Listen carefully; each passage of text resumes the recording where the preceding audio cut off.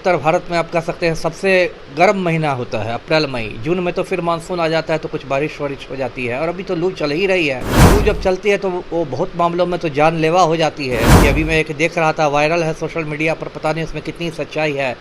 एक बांका के स्कूल का है कि कोई श्रीधर चौधरी नाम के वहाँ शिक्षक थे। वो कुंवर सिंह जयंती मनाने गए थे 23 अप्रैल को, और खबर आ रही है कि लू लगने से उनकी मौत हो गई। अब ये तो जांच का विषय है कि लू से मौत हुई या कैसे मौत हुई। लू में बहुत तेज़ी से तबीयत बिगड़ती है, डिहाइड्रेशन हो जाता है, और आप कितना भी आप ये करें तो जान जा सकती है, और छोटे छोटे बच्चों की भी तबीयत खराब हो सकती है। और पाठक सर को इसका ध्यान रखना चाहिए। मैं शुरू से बताया हूँ, तो पाठक सर पूरी संभावना है एयर कंडीशन कमरे में ही बैठते होंगे। अपर मुख्य सचिव है तो पूरी संभावना तो यही है कि उनके कमरे में एयर कंडीशनड होगा, और वो 14-15 डिग्री सेल्सियस पर काम करते होंगे। नमस्कार, NBC 24 देख रहे हैं आप। मैं हूं आपके साथ अभिषेक। देखिए, बिहार में लगातार लू लगने से शिक्षकों की मौत हो रही है। ऐसे में जिस तरीके से के पाठक जो है अपने फरमानों को लेकर कहीं ना कहीं लगातार भिड़े हुए हैं शिक्षकों से, तो वहीं साफ कहते हुए नजर आ रहे हैं कि अपने फरमान को हम वापस नहीं लेंगे। कई सारे शिक्षक नाराज हैं और आक्रोशित भी नजर आ रहे हैं। ऐसे हमारे साथ बात करने के लिए बिहार के पूर्व IPS अमिताभ कुमार दास से जुड़ेंगे, बात करेंगे। अमिताभ दास जी, लू काफी तेज है, गर्मी बहुत ज्यादा है, शिक्षकों को परेशानी हो रही है, साथ ही छात्रों को भी यह परेशानियां झेलने पड़ रही है। मौतों की खबर आ रही है लगातार लू लगने से शिक्षकों की, कैसे देख रहे हैं? देखिए, ये तो कोई नई बात नहीं है। अप्रैल और मई का जो महीना होता है वो तो सभी जानते हैं कि उत्तर भारत में आप कह सकते हैं सबसे गर्म महीना होता है अप्रैल मई। जून में तो फिर मानसून आ जाता है तो कुछ बारिश वारिश हो जाती है, और अभी तो लू चल ही रही है। और लू जब चलती है तो वो बहुत मामलों में तो जानलेवा हो जाती है, जान चली जा सकती है आपकी। अभी मैं एक देख रहा था, वायरल है सोशल मीडिया पर, पता नहीं उसमें कितनी सच्चाई है। एक बांका के स्कूल का है कि कोई श्रीधर चौधरी नाम के वहाँ शिक्षक थे। वो कुंवर सिंह जयंती मनाने गए थे 23 अप्रैल को, और खबर आ रही है कि लू लगने से उनकी मौत हो गई। अब ये तो जांच का विषय है कि लू से मौत हुई या कैसे मौत हुई, लेकिन यदि मौत हो गई होगी तो ये कोई बहुत आश्चर्य की बात नहीं है, क्योंकि बहुत लू में बहुत तेज़ी से तबीयत बिगड़ती है, डिहाइड्रेशन हो जाता है, और आप कितना भी आप ये करें तो जान जा सकती है, और छोटे छोटे बच्चों की भी तबीयत खराब हो सकती है।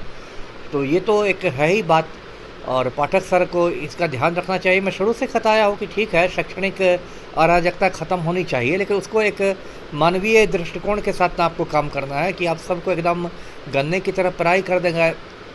खुद तो पाठक सर पूरी संभावना है एयर कंडीशन कमरे में ही बैठते होंगे। अपर मुख्य सचिव है तो पूरी संभावना तो यही है कि उनके कमरे में एयर कंडीशनड होगा, और वो 14-15 डिग्री सेल्सियस पर काम करते होंगे। और बाकी जो पब्लिक है उसको 40-45 डिग्री में शिक्षकों और छात्र छात्राओं को भेज रहे हैं। तो ये तो मुझे थोड़ा अमानवीय लग रहा है, इनह्यूमन लग रहा है। तो इस पर सोचना चाहिए। और इस पर ये भी कहूँगा कि इसमें तो जो जिलों के DM हैं उनको भी अधिकार है बंद कर देने का। ऐसा नहीं कि वो लोग पाठक सर के मोहताज हैं। DM को अपने स्तर पर भी फैसला लेने का अधिकार है। तो जो 38 जिले हैं बिहार में, उनके यदि DM चाहे, जिलाधिकारी चाहे, तो वो तो गर्मी को देखते हुए स्कूल बंद करा ही सकते हैं जी। लेकिन लगातार जिस तरीके से के पाठक का फरमान देखा जा रहा है, काफ़ी ज़्यादा जो है दिक्कतों का सामना करना पड़ रहा है। छात्र लोग कैसे जाएंगे इतनी गर्मी में, लगातार सवाल उठ रहा है। कई छात्रों का स्कूल काफ़ी दूर है। नहीं, वो तो है ही, इसलिए तो इस देश में गर्मी छुट्टी की परंपरा है। आज से थोड़ा ही है, पूरा भारत ही है, वो तो ट्रॉपिकल कंट्री है, उष्ण कटिबंध का देश है। तो यहाँ तो गर्मी छुट्टी 50 सालों से हो रही है, क्योंकि एक समय ऐसी गर्मी बढ़ जाती है कि उसको झेलना कठिन हो जाता है, वो आपकी जान पर बन जाती है। लेकिन पाठक सर के साथ समस्या क्या है, मैंने पहले भी आपके चैनल पर कहा था कि वो बहुत बार जोश में जो है ना, वो होश खो देते हैं, आप ये कह सकते हैं। इतना ज़्यादा जोश में आ जाते हैं कि अव्यावहारिक फैसले देने लगते हैं, तुगलकी फैसले देने लगते हैं।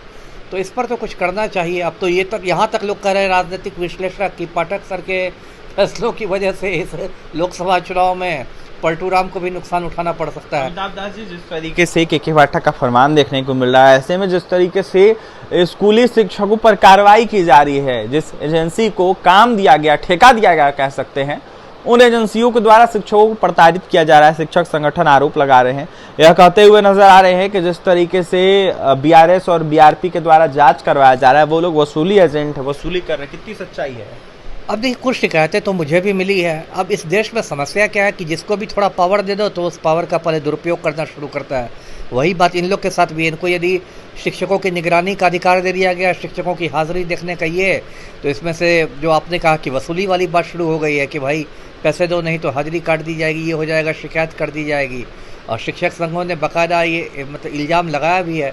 तो इसको तो गंभीरता से लेना होगा शिक्षा विभाग को। इस तरह के यदि इल्ज़ाम आने लगे हैं तो आप किसी वसूली के गिरोह को तो आप जन्म नहीं दे सकते हैं ना। अंतिम में जाने से पहले क्या कहिएगा? अब कहना क्या है, मैं तो पाठक सर से पहले से निवेदन करता रहा हूँ कि सारा काम कीजिए, आप अच्छा काम कर रहे हैं, अच्छा कीजिए, लेकिन एक मानवीय दृष्टिकोण के साथ इंसानियत को ध्यान में रखते हुए किसी की जान लेने के लिए तो आप IAS नहीं ना बने हैं जी। देखिए, तो हमारे साथ बात करने के लिए बिहार के पूर्व IPS अमिताभ कुमार दास यह साफ कहते हुए नजर आ रहे थे कि मानवीय दृष्टिकोण से आप किसी की जान लेने के लिए IAS तो नहीं बने हैं। ऐसे में कहीं ना कहीं सुधार की जरूरत है और शिक्षकों के हित में हो। जिस तरीके से बातें अपनी लगातार अमिताभ दास रखते रहते हैं, वहीं क्या कुछ कह रहे थे आपने सुना है। कई सारी सुधार की मांग कर रहे थे, तो वहीं क्या कुछ कह रहे थे वो भी आपने सुना है। और भी तमाम खबरों के लिए बने रहे हमारे साथ। बहुत बहुत धन्यवाद।